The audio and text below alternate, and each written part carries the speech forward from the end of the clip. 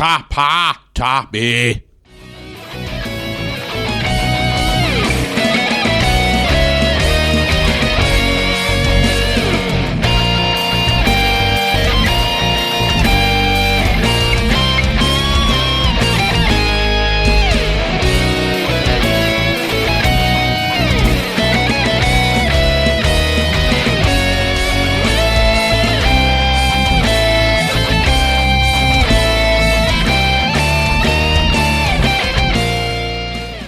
Hi Jim. Hello. Well, greetings all, and welcome to Banterflix's newest installment of weekly banter and movie-related topic and reviews. I feel so more at home now after all that Belfast film talk. Oh. When we had to be highbrow and I know. You can say all sorts of things now. Well, like, of course, this is an even bigger week. Well, no, not an even bigger week, but yeah, for us. in the universe. For us. This is a big week, because we've had the release of Star Trek Into Darkness. And joining me to celebrate, or maybe commiserate, such a return. Jim loves it. Such a return I have with me today. Well, he's got the vision of a naked-faced Geordie, the pernickiness of a peeved-off Data, and the grace of Picard's number 2. Was this for Richard originally? No, Riker. But, yes, Riker. But we like to compare him just to the original Jim and best. Yeah. Mr. Shatner, Mr. Thank Kirk. You. Hi, Jim. Thank you. That is a... Jim! I think that is a compliment. For God's sake, man, I'm a doctor, not a physician. That's the exact wrong thing. A weapons... Whatever he says. Well, can I hear what you want, even though he's not here? Richard? He's been beamed off to a planet far, far, far away. Richard was just my half-human, half-Vulcan movie aficionado. Yeah.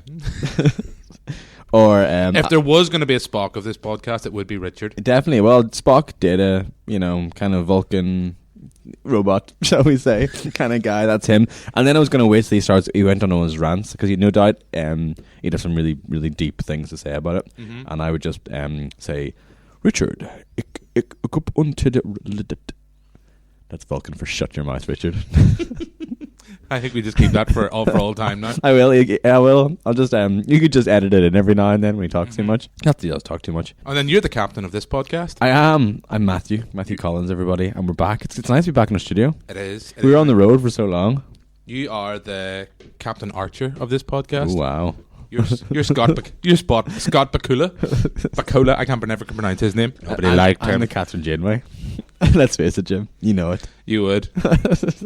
Probably still would. Oh, it's so back. It's as much as I love the film festival. I did love the film festival. This is much more me. It's funny. Yeah, it's good. It's just good. Like I was saying, this time last year we had Prometheus coming up. Yeah, and we're all getting excited and making little funny clips, which we had some great music there starred, and it's great just to have us back. Obsessing over one thing. Yeah.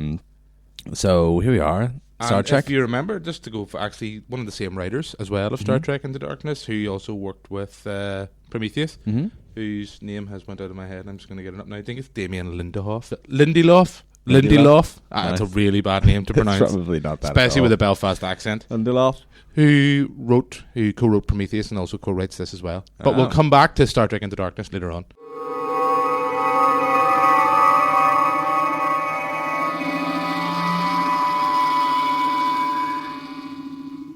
So this is number 11, isn't that right? No, number 12. Number 12? Number 12. You sure about that? Yep. Well, you'll save it up for the quiz later. Of the series, I mean, started off obviously in 60s, 66 I think 66 it was. first with Star Trek, the first series. Yeah. Gene Roddenberry at the helm. Absolutely. Gene Roddenberry. Like, if you look, I don't know if you've ever seen the pilot for the original one before before Kirk came on board. No. There was... Captain Pike was in the very first one. And it was very army based. It wasn't the colour like the yellow one. I didn't realise that Man Pike was actually a part of the original story as well. Yeah. He played a big role. Like one of the most iconic of the series was the Menagerie, where he came back. He comes back as the guy. It's like I always talk about this, like Futurama, like kind of parodied it, where he comes back horribly disfigured and unable to talk.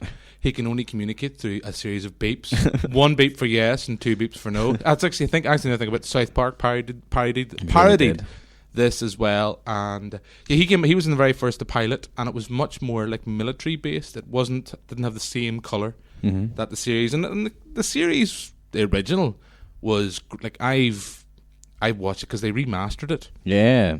A few years ago. They remastered it a few years ago, and I think it was on Sci-Fi. I think they showed it, and it's granted the later series has become the third especially. did kind of become monster of the week. But Star Trek, the first and second series, was proper science fiction. They actually dealt quite a lot with time travel. Yeah, wow. Quite a few times. Real cult? Real Outer cult. Limits kind of thing? Like, they time travel, and there was always Scotty was always messing up with the transporter.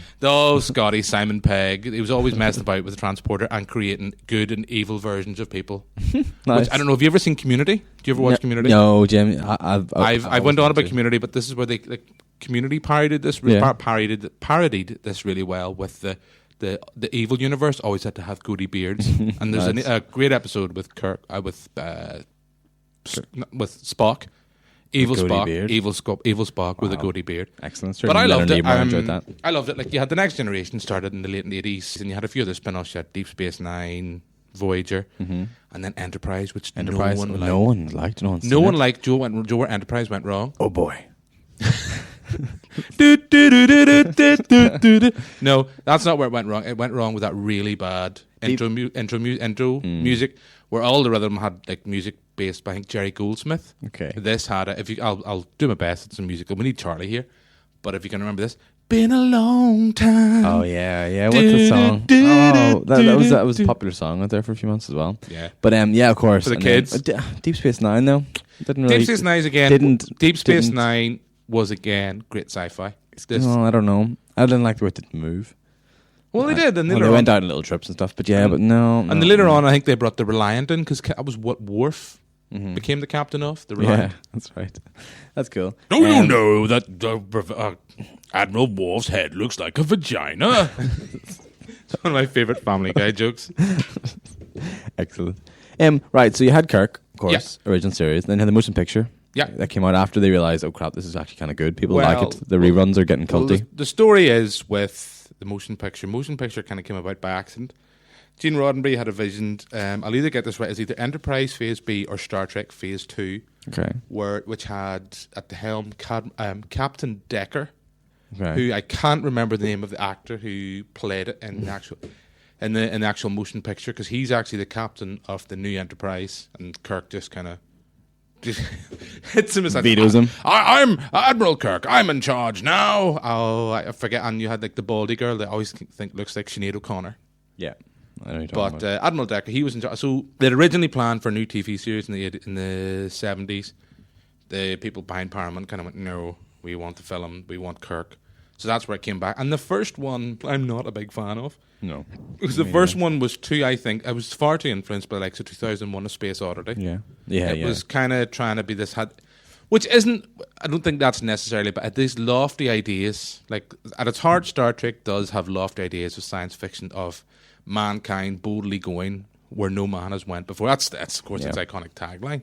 But what it also had to be good science fiction. Good had to be science fiction and fun, and like for a 45-minute program. And this, like, the whole idea is that it has Voyager, which turns out to be Voyager, the Voyager probe that has went went to uncharted universe and has become self-aware. Like, it's a good idea, but it's played out far too highbrow for like what people really kind of want was popcorn munching blockbuster, which J.J. Abrams has kind of really got the hang. He's got the hang of. They didn't really get it right to 82 when Wrath of Khan came out. Well, I know there's a popular cult thing called The Curse, where they say among the fans that the odd movies odd movies are terrible compared to the even movies, which is supposed to be great. But Star Trek Nemesis killed that one. Yeah. Okay. It broke that. It broke the curse, so... Sorry, it broke the curse very, very well. Yeah. Star Trek 2, Wrath of Khan, is just superb. I remember watching it when I was young and just being terrified. The whole idea at Chekhov and Black Captain. Black Captain, whose name has went out of my head, they get their minds taken over by these parasitic things, which I remember as a child looks like unbelievably real, but now you kind of go, no. When Film 4 can show it at 12 o'clock in the afternoon, like, it's obviously not that scary. But no, you had Ricardo Montalban reprising his role from, I can't remember the name, it's from the first series of Star Trek. As Khan, I think it was in the late 90s actually, his character was, they were frozen and then bred for war. And they had remarkably strong. They were like God. Like they were remarkably strong. But Khan was a great character. Khan came back, and they had the whole idea with introduced. This kind of gives it away. I don't know how much you can talk about Wrath of Khan when you've just got this new film out, which is kind of playing in around the same ideas. But it introduced like Kirk's now former wife, his son David, later gets killed by Klingons. Spoiler. But no, it was actually great. And again, where the good Star Trek films really pick up is the relationship between Kirk and Spock. And the fact that Spock can look at things with pure logic. And like, especially the new Star Trek films have really got that. They've really got this idea of playing more on playing more on Spock. And the fact that Spock's half human, half Vulcan, and how that affects his judgment making, especially the last one played in that, and especially this one as well. Absolutely. 2, 3, 4, pretty much they're all kind of like trying to sell the same story, the legacy of the Genesis project. Yeah. Star Trek 3, The Search for Spock. Spock dies, but he didn't die. He trapped his body in Dr. McCoy, the Vulcan hobgoblin. Star Trek 3 and then Star Trek 3 and 4, which were actually directed by Leonard Nimoy himself. Wow. Random fact, do you know that Leonard Nimoy, like people kind of think, oh, he's a Spock. He is a pretty good director. He directed The Man and the Little Baby. I never knew that. No way. Yeah, I was just kind of looking, I was looking about like Leonard Nimoy, and it's like, he directed. It was just called 3 Men and a Baby. They need to be really logical about it. Yeah. Like, no, it's a little baby. Little. No, you will be, and always shall be, my baby. A little baby. Baby. Then you had Star Trek 5, was kind of really... The Final Frontier. They dropped the ball, directed by the Shat, William Shatner himself. And it has the really cringeworthy moment of Uhuru trying to seduce... Now, this is not young, sexy Zoe Salmanda, isn't it? This is like... Oh, what do you call the original actress? Yeah, I don't know. Oh, what do you call the original actress who played Uhuru? Oh, bigger. Yeah, it had like the original actress... what do you even pronounce... Nichelle Nicholas? Okay, yeah, that's what you said. That's what she said. That's what she said. Nichelle, she was introducing herself. Nichelle Nichols, who was a very attractive woman in the original 1966 series. Of course, there was a lot of controversy when Kirk and Uhuru kissed. But how they got round it was they were actually possessed at the time. That's like I hate when that happens. Yeah, those technical. Like, just stick a situation that's coming. It's just weird how much like when you think about it. Like what I know there's a lot of people. I know Richard. He's not here at the minute. He's in a galaxy far, far away. He's not a Star Trek. He's more from the Star Wars camp. As am I. Really? Yeah, I'm not particularly Star Trek fan. Oh, I'm such a Star Trek fan. Just Trekkie. Pretty much because of the Next Generation. I grew up watching the Next Generation. Oh yeah, me too. BBC Two. Next Generation. 6 o'clock. Perfect. I think it was just after The Simpsons. I was filled at the time 7 o'clock. I loved it, but I don't know. It was always a step too far. I think. Well, if you had a Star Wars series, it probably would have. It would have ruined it for me. I think a Star Trek Star Wars series, Star Wars from the series, it probably would have been, but I don't know. It was always too 90s for me. The hair was too big and the gear was too weird. So you were just too 90s. You were too 90s. It was too. I was ahead of the time. I can't wait for the naughties. Yeah, I was playing with my teddy bears thinking they were Furby. They weren't. Oh God, you were wishing for what do you call those things? Not Pokemon, Digimon, just Tamagotchi. Tamagotchi, that's the very thing. You mean in general? No, I've always preferred Star Trek to Star Wars because there's kind of like a good... you look at it like Star Trek, the original series has been influential both in cinema and storytelling, but also in real life. Like you look at phones and things like that and technology. There is a great documentary, quite direct... there is a great documentary, of course, narrated and financed by William Shatner. Of course it is, Jim. Yes, of course. Oh my God, I am William Shatner. But the thing about it is, it has the best title ever that is non-grandiose at all. How William Shatner changed the world. Like you're kind of going, yes. Who's directing it? William Shatner. Who's starring in it? William Shatner. William Shatner is very much... I think he lives for Star Trek. He's written books, which I have too. He's written Star Trek books. I also written Tech Wars, the greatest TV series, the greatest books ever. Yeah. No, not they're pretty bad. And he's got a great album out as well. Yes, he is he did the definitive version of Rocket Man. He did. It's a terrible song. But Jim, listen, you can waffle on all day. I know you can, and that's why you're easily going to breeze through my quiz later. But listen, right, if you're any type of Star Trek fan, right, you've obviously considered the differences, right? The captains, okay, that's the main thing. There's only one captain in that seat for me. Well, you've got Cisco, Janeway, and even Archer, and some of them like them. But come on, the quintessential Star Trek debate has been, since Next Generation premiered about 25 years ago now, who is the better captain, Kirk or Picard? Kirk. I'd have to say Picard. You see, well, the thing about it is, like, they're two very... Like, I would say... this is the way I always look at it. Picard's a better written character. Yeah. And Patrick Stewart's a better actor. So you just like the whimsical, like, brash nature of Kirk. I like the fact that, like, what was it Gene Roddenberry described him as? He wanted him to be like Hornblower in space, this kind of captain of a ship just going off and do anything for his crew. And like the best thing about Kirk was that if he found an alien race, he would try to mate with it. He would try to do whatever he could. Just reminds you of yourself, Jim. Yeah, like, what do you see when you see an alien? Oh, is she female? I don't know. I'm Australian. Well, as we all know, Kirk's father is Thor from the last Star Trek as well. That's very true. Yeah. And like Kirk, obviously, you know, he's a brash Picard, contemplative, some may say. But Kirk, do you not think? Do you not think he does things and he always gets captured? Kirk does? Yes. No, he never. Always gets himself captured. But Picard thinks about stuff. No, but you know Picard gets like influenced in the mind. He turns into basically. The thing about it is, like, Kirk, like, if you actually look at the Next Generation, they kind of flipped it because Picard's much more like Spock, much more kind of sits and thinks and thinks things out. Well, William Riker, like Kirk, sees an alien race, wants to mate with it. Also, quite coolly, has a wonderful goatee beard. But I don't know. Like, I really do like Picard, and funny enough, I was watching The Best of Both Worlds, which they released on DVD. It's like voted like one of the best TV episodes ever, where Picard becomes the Borg leader, like Cutis. I do think Patrick Stewart is a much better actor. He's a very Shakespearean and classical actor. Let's look at this way, right? Okay, so let's add them up. So let's start with let's play top trumps. Okay, let's right. play top trumps. Right. Captain Kirk. Now hold on, I've got some pre-prepared categories here. Okay, right.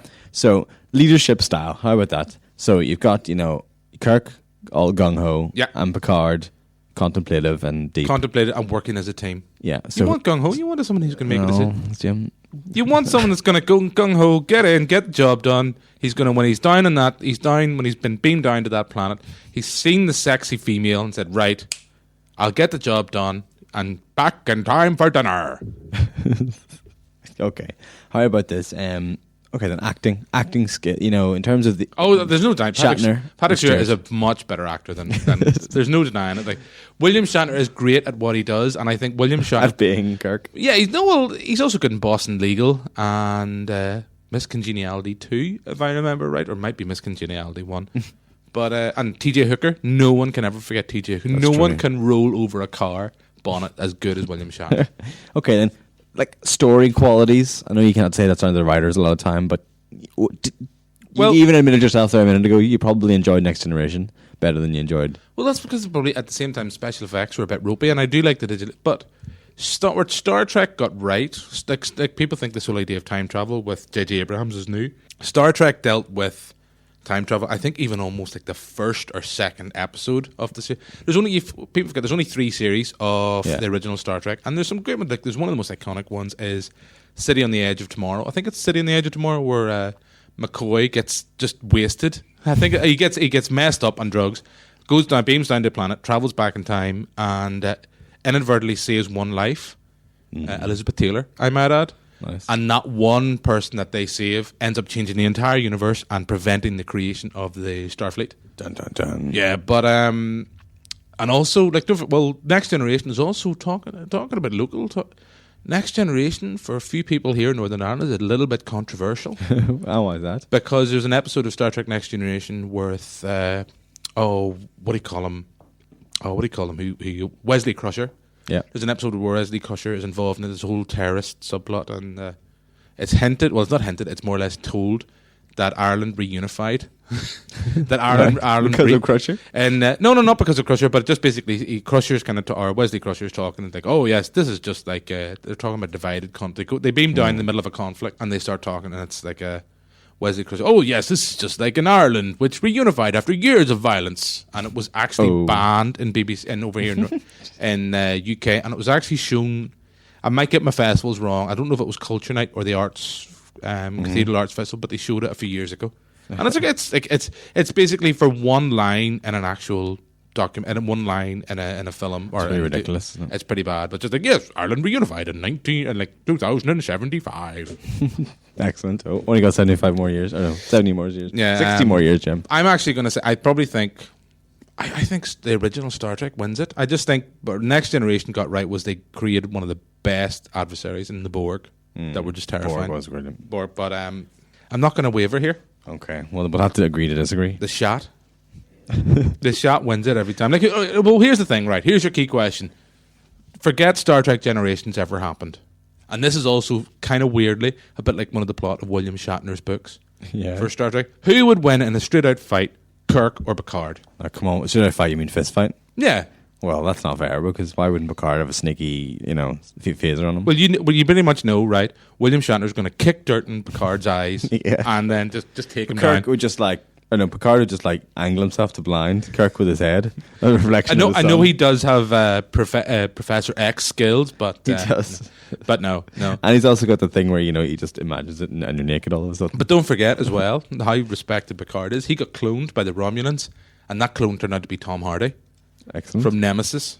Wow. Which was a really bad film, by the way. Terrible. My favorite. I just wanted to say, just my favorite film, and I actually want to play a clip from the trailer. Okay. I want to play a clip from the trailer for this film, Star Trek VI: The Undiscovered Country, which was released for the 25th anniversary. It was the last film. It was released just after Gene Roddenberry passed away, and sadly, DeFrost Kelly, who is still my favorite. I know people talk about Kirk and Leonard Nimoy. DeFrost Kelly is my favorite ever actor, because just Bones is my favorite character in Star Trek, without a doubt. He's just kind of rationale, the human voice of rationale. Yeah, he's a human voice. He's kind of like us. He's kind of like us. Kind of looking at this. You can do this. Like, for God's sake, man, I'm a doctor, not a ship's ventriloquist. Ship's ventriloquist. Jim just freaks out the last second and doesn't know what to say. Yeah, I'm a chair. For God's sake.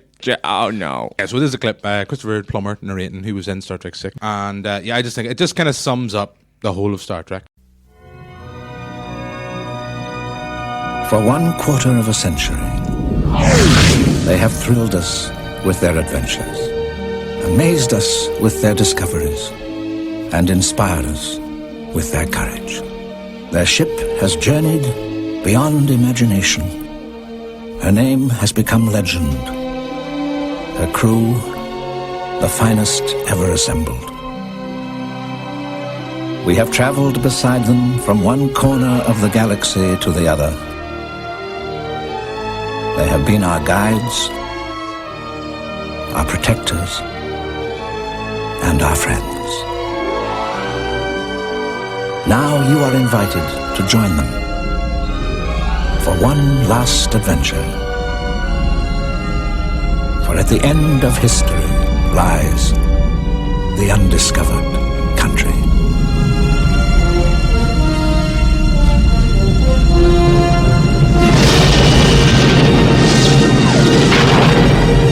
Star Trek VI: The Undiscovered Country.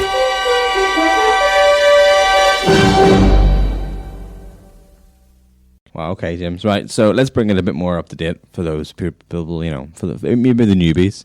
So we obviously had Star Trek. Yeah. And now I've got Star Trek Into Darkness out this week. Of course, you got Chris Pine back. You got Simon Pegg, Zachary Quinto, Carl Urban, Anton Yelkin. Yep. And Yeltsin. That's it. And Carl of course, Urban. Benedict Cumberbatch, who we've all seen. Everyone's seen as the creepy kind of, obviously the villain. Yeah. With Puss in the movie, like. One thing I'd rather start the original 2009 reboot. Okay. Very, very clever. Let's set the scene. Because this idea of this reboot idea of going back to when Kirk and Spock were young has been around for years. It's been around since the 90s. They wanted to do it for Star Trek 6, but William Shatner didn't think it was a good idea, as William Shatner probably would. You mean I get to have to try and play an 18-year-old Kirk? No. Yes. Well, how am I going to play him? I could pull that one off. Don't you want me to go fight God again? But no, we want to go Phil. My God. So so you had Star Trek. This has been around for a while. J.J. Abrams takes over. Who's kind of he's someone, a sci-fi geek. He's someone that understands fandom. Like, funny enough, I read an interview with him where he was kind of saying, I didn't really understand the level of fandom for Star Trek. I think, yeah, you did. No, he's the man in charge of Star Wars, so... He's he clearly understands fandom. He's got Alias, he's done Lost, which is a massive fan base, so... Mm-hmm. So he comes back, and the best way he can come out, he says, basically the way they can come out where they can bring fresh people in and keep the Trekkies in, so they want to use this idea of time travel, which, as everybody mentioned here, has been used umpteen times in Star Trek. Like Star Trek First Contact, a great one with the Borg, had all dealt with time travel. And you have to also remember, it came after the lowest grossing one of all time, Nemesis, which was number 10. Dreadful. Absolutely. People kind of look back Nemesis now slightly with kind of going, oh, it wasn't that bad. No, it was. No. It was bad. You know, a clone of Picard who's rapidly aging. No, I don't care. I don't care for it. No, I don't want it. So you have this idea that you have a Romulan, I think he's just from a mining background, Nero, who in the Next Generation era with Spock, feels he's been betrayed by Spock when an accident goes wrong that causes the Romulan home planet to be destroyed. Be destroyed. So they create a black hole. They go back in time, and they basically wait. Yeah, they basically wait, and just kind of like there's for a couple. Spock. They wait for Spock to come back as well, and like there's a great scene at the start where they basically at the moment where they change everything is at the very start. It's not a spoiler for the first Star Trek. Is they come back, they encounter a Starfleet vessel. I want to say it like Chekhov, vessel. They encounter a Star Trek vessel, and on board is Kirk's mother and father. Mm-hmm. Kirk's father happens to be Thor. Yep. Chris Ames with him. Thor. Get out of here. Get out of here, on man. This is not your Star Trek movie. Kirk's born in the middle of all this as the two ships attack. Just escaped, as just he would, and Kirk's father's died, which drastically changed everything because Kirk and his father were quite close and talked about, and his father was the main reason why he originally got into Starfleet. So that's where you've changed Kirk from minute one. I think they do it really well with Spock. They do. Because he's immediately dislikable. Yeah. You know, you immediately go, oh, I don't like that. You know, even down to his features, they're quite harsh. And you think, oh, I don't really like this guy. And you don't like his posh upbringing because you've got this Kirk, you know, he's fighting in bars and chatting up women and driving classic cars across, you know, different states in America. And you just think, oh, okay, you know, he's the kind of rebel. He's the bad boy. And you're not totally sure if you like him either, really. He's a really cocky kind of kid, but not even immediately lovable. And you've got Spock and you think, okay, where's this going to go? And then it sets it up really well. It takes a while, and I like it because it's not afraid to take its time. It takes its time, and it more or less, instead of these two becoming close friends, it looks like they might actually become. They are separated a couple times. They really dislike each other. Mm-hmm. And then the main train of acting is, again, spoilers, is Nero blows up using the red matter and a massive, massive drill. Destroys Vulcan, which drastically changes the whole Star Trek universe, makes Vulcans now an endangered species. Mm-hmm. And you then have two Spocks in one time. Well, then you end up having two Spocks in one time. Old Spock, played by Leonard Nimoy. Yes, who comes through at the very start and is now stranded. And you have new Spock, Zachary Quinto, who's just born to play Spock. He's superb. He is. Even in real life, he looks like Spock. Yeah, he does. Have you seen the Audi ad? No. Have you seen the Audi ad where it shows the two old Spock and new Spock? Mm-mm. Oh, it's brilliant. I think I put it up on the Banterflix Facebook page. I'll check it out. So they've kind of done, and there's this moment, and there's only one way I can describe. And I'm going to use a clip that isn't from Star Trek. It's from Back to the Future. Okay. It's the best moment I think that explains the setup for this Star Trek universe. It's the bit with Doc Brown. Oh, not what can I say? It's the minute with Doc Brown explains to Marty what happens in Back to the Future 2 when they. What happens if you start messing around? Yeah. So here's the clip. Obviously, the time continuum has been disrupted, creating this new temporal event sequence resulting in this alternate reality. English, Doc. Here. Let me illustrate.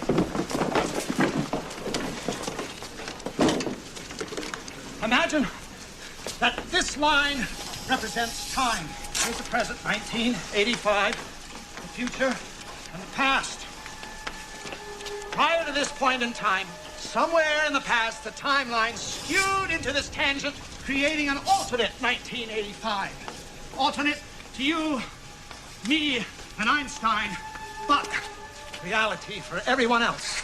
Yeah, so I think that clip just pretty much sums it up. It says it better than we can, anyway. Yeah, it says it better. And Christopher Lloyd is always good. Christopher Lloyd, who's in Star Trek 3, Search for Spock, he was the baddie in that. It's a really good idea premise that everything that has been in the old movies is gone. It's not gone. It still exists, but it's in a parallel universe. It's a different timeline. It's a parallel universe, but this is us, so stick with us. If you're new to Star Trek, come on board with us. If you've loved Star Trek, let's see what the changes can be. Considering how bad Nemesis was, I think it's great. The small things that they keep, they make it feel. They made Star Trek sexy again. Yeah, they did. They made it back when they you brought it into the current. Made Star Trek trendy. They actually, because of the advances in technology, they were able to do like the actual space sequences much better. And I know there's some people who think that the whole like making it more conflict and making it doesn't really sit as a Star Trek, but I think it does because they do sit and have these big questions about science. Of course it is.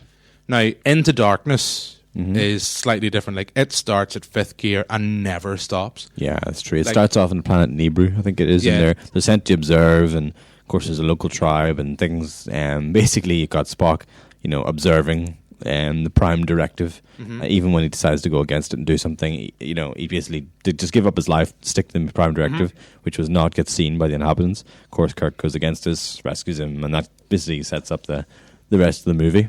Like I did when you see that at the start, I did think it was going to be much more about the Prime Directive and what this film does and especially the first hour.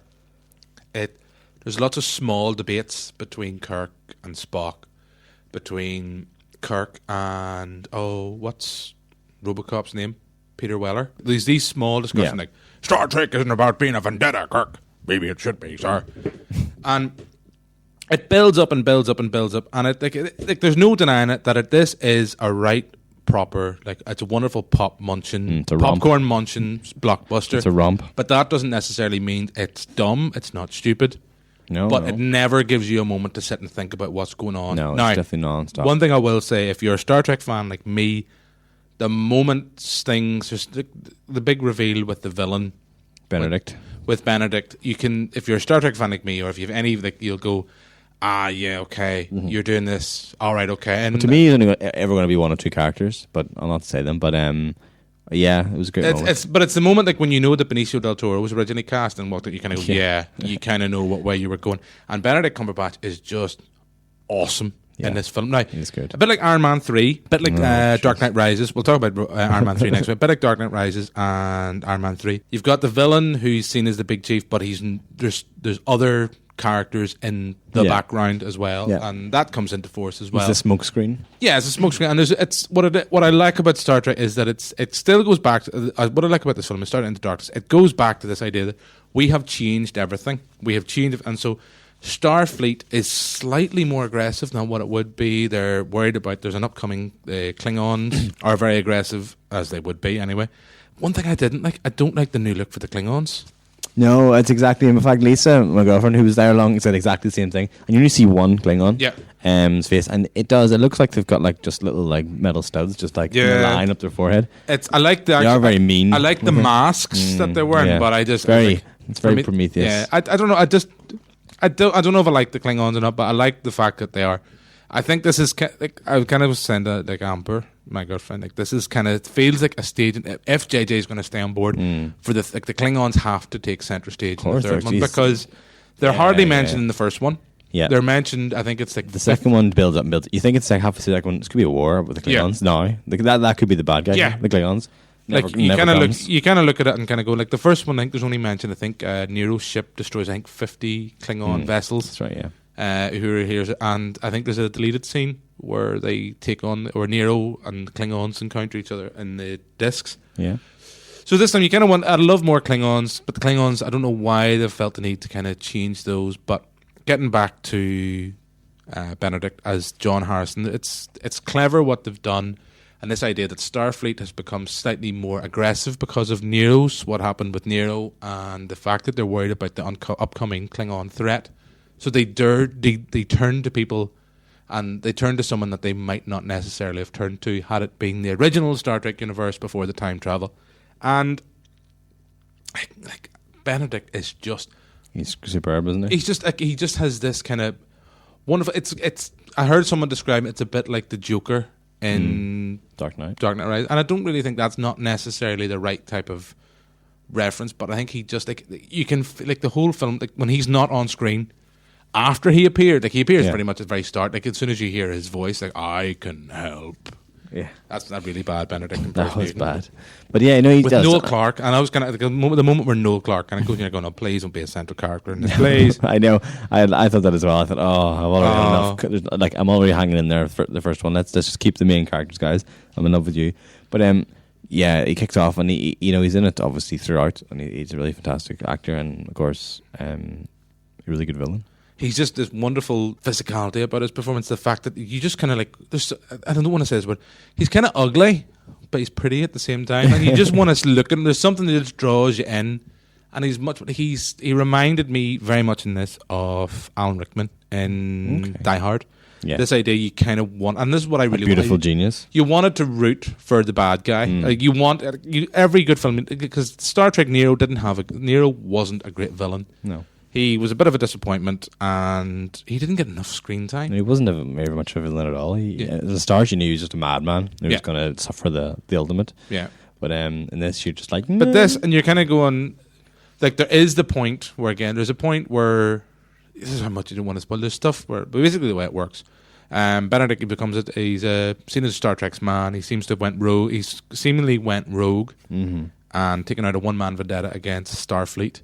Starfleet find the coordinates of where he is and send Kirk on a mission with 72 photon torpedoes and say, just shoot first, don't ask questions. Yeah. Just kill him. You're like, There's something not right. You have the introduction of Carol Marcus, who's just a very sexy lady. I can't remember her name, but she's out of your league. I think it's a film. She's in one of those teen comedies. It's actually really good. So you've got Carol Marcus, and you're kind of going, what's she going? You've got Peter Weller's character.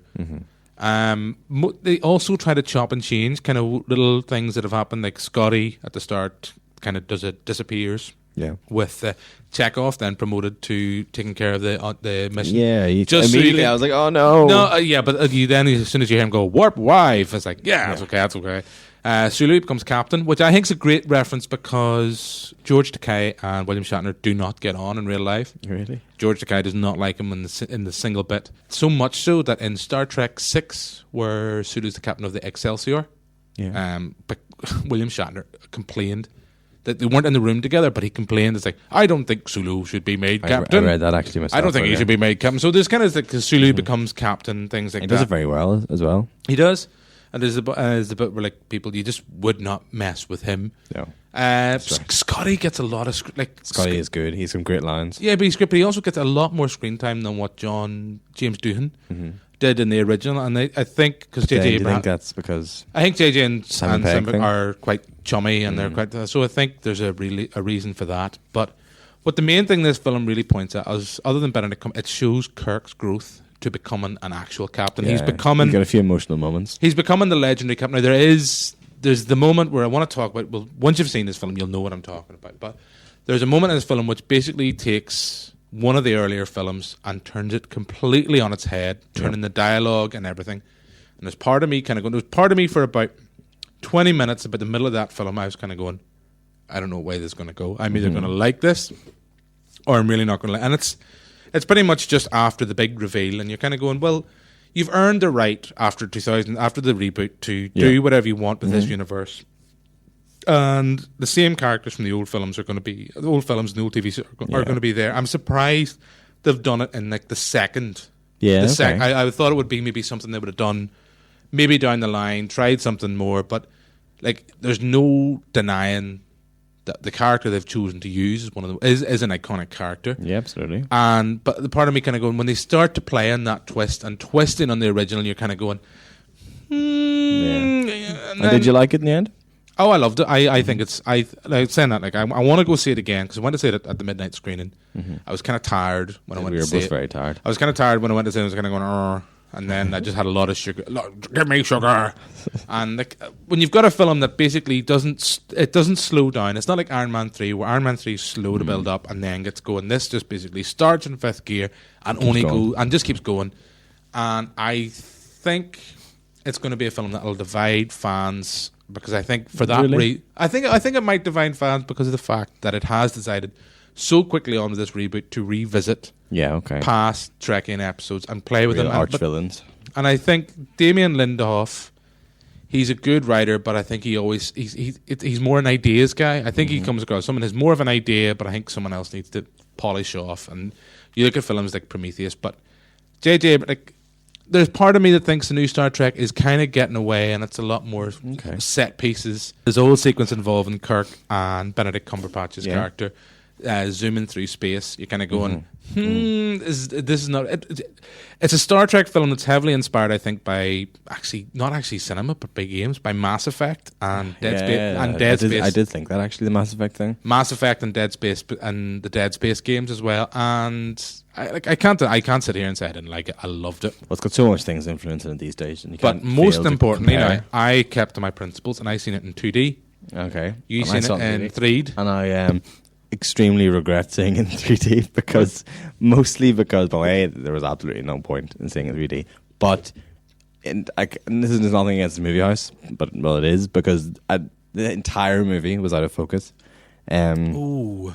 The entire movie, and at some point there is an interaction with an alien species, the Klingons, and subtitles appear on the screen. And I've never seen at any time in the cinema everyone in the cinema take their glasses off to read the subtitles because the letters were so off. And the only thing that was in focus at any time was the center of the screen. The entire side of the screen was outside. And there's a thing where you're like, ha, ha. You're looking around. Everyone's looking around. They're going, who's going to get up? Oh no, I'll just watch it.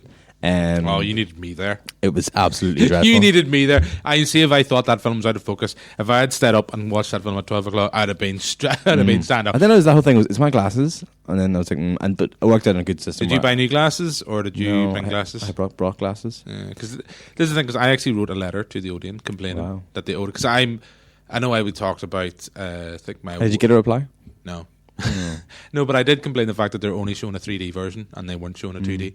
Having seen Star Trek in 2D, I have no. No, you didn't miss much. No, I know I was bantering you beforehand, but seriously, I'm disgusted I didn't go see 2D. But that was dreadful actually. I did manage. I had to spend most of my movie with my right eye closed. Just to sort of see things. I love that you had a miserable. I did. The film was so good for me that I didn't have a miserable time. I really enjoyed it, and I didn't even occur to me. The best was I was talking to this before the show. Like there was 3 guys behind me, and one in a red shirt, a yellow shirt, and a blue shirt. I think kind of going. I actually did want to go. My hat's off to you, sir. High five them. My hat's off because I did want to bring my Star. I have a Star Trek. I was going to wear it today, but then I'm glad I didn't. Because I couldn't find it. It's my old Dr. McCoy T-shirt that says are you out of your Vulcan mind? And I didn't bring it, but I just kind of went hats off to because there was loads of guys and there was loads of people like afterwards talking and if I hadn't been there and I hadn't been so tired, I probably would have felt I really want to go talk to these people and I really want to say these things, but there was nobody with pointy ears though. No, there was nobody with pointy ears, but again. The thing I love the most about this Star Trek film, again, isn't Kirk, but it's Bones. He's got the best lines in the movies. He's got twice he does the "for God's sake" thing, and both times they feel really drawn out, but really, really funny. Like they're just everyone has a laugh. Like he picks most like a real serious times. Like he says, "I'm a weapons specialist." Yeah, for God's sake, I'm a doctor, not a weapons specialist. It's like you're overacting so much. It's brilliant.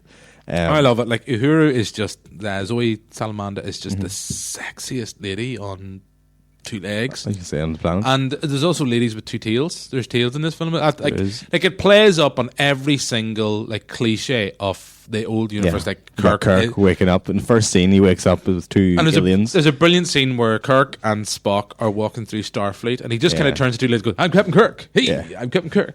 But this like the 2009 reboot, like this, where they've got it bang on is the complexities of Spock. This idea that Spock is Spock is probably the main character. Yeah, that's what they've got. It's like the way in which the Next Generation films, which weren't great, bar First Contact, where they focused a lot on Data. Data was this idea of an android that wanted to be more human. Spock is half human, half Vulcan, and how that complicates his decision-making process. It's pure logic or given in to emotion, and by the end of this film you kind of see that he's aware of his emotions. He's aware. I'm very aware of his emotions.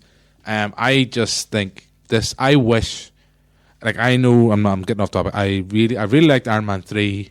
I really liked this, and much like 2000 reboot, I think this will be in my top 10. I don't know about Iron Man 3, but I know Star Trek Into Darkness will be. This sets the bar really, really high. You've got Star Trek, you've got Iron Man 3. Great one compared to Prometheus last year, which let us down a bit. Yeah, it's raising the bar for this year's summer blockbusters. Man of Steel can only disappoint, and I'm someone who really you wind back a year, and I was not looking forward to Man of Steel. I suddenly am thinking, this might be good. There's some good trailers out there. This might be good. But we all know, as Richard and I have said before, trailers lie.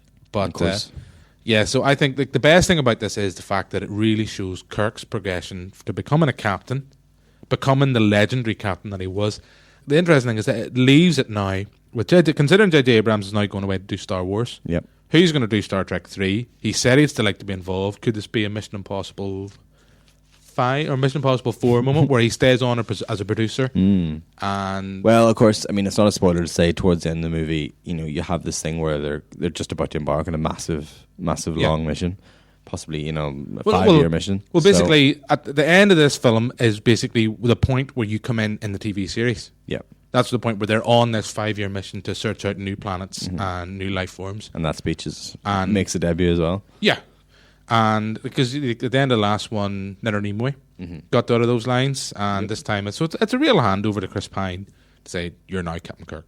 Absolutely. It reminds me of the way they did with Bond at the end of Skyfall. I know you disagree with me. I'm just reading to the end of the film, where it's basically they play what would have always been at the start of the iconic Bond at the start of the episode, at the start of the films. They now play it at the end, and it's kind of like, "You're now Captain Kirk."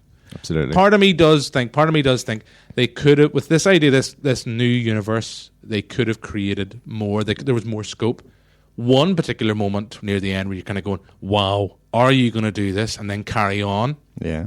The only downside, there's a few bits that were a bit pointless. There was this whole bit at the start after the opening monologue with the whole violation of the Prime Directive where they put Kirk and Spock on different ships, and you're like kind of going, "Oh yeah, that's going to be interesting. See how that plays out." And then you're like, within 2 minutes, that couldn't get reversed quick enough for me. Yeah, no, but I mean that did get reversed quick. It's like going, "Yes, okay, you're captain now. Yeah, I want him as my first officer." Like that's the only thing. If that's your payoff for that setup, I wouldn't have included that. But I understand. That's just me being negative. Right, Jim. We've discussed Star Trek. Yeah, no, that we haven't cut out. Nobody's mentioned the Botany Bay and things like that. And all I've got to say is you have been, and always will be, my friend. Oh, thanks, Jim. Yeah. Well, all I want to say is... I need the needs of the few. All I want to say, Jim, is Isha Mesta Votawak, which please contact us sometime in the future. That's what she says. In Vulcan. Yeah. Vulcan? Nobody wants to speak Vulcan. I know, I went for Vulcan. You went for Klingon. I'm all like, Jim, Isha, Mr. Votakwak. And you're like, Nobody ever wants to be a Vulcan. I have to say, to my shame, well, not even ashamed of it, I have a Klingon dictionary at home somewhere. Wow, let's go. That was bought at a car boot sale. Really kind of I suppose technically next week will be the start of Series 3. Yeah, these are sort of like a little... kickstarting Series 3. We're into blockbuster summer season. Well, we could do it with one way, and that's by some kick-ass music to end the Star Trek show. Yeah, kick-ass music. But don't forget, find us on Facebook and Twitter. Search for Banterflix. Check out www.banterflix.com. I'll get a review of Star Trek Into Darkness up some point because I've been kind of lazy. I have to admit it. I've got a review to go up of Iron Man 3 and Evil Dead. We'll talk about those. We'll talk about those next week. And massive fight happening there. Yeah, I can imagine. So I'm going to stand my corner. So all I can say, just in closing, is live long and prosper. I'll say talk. Bye, Jim. Bye.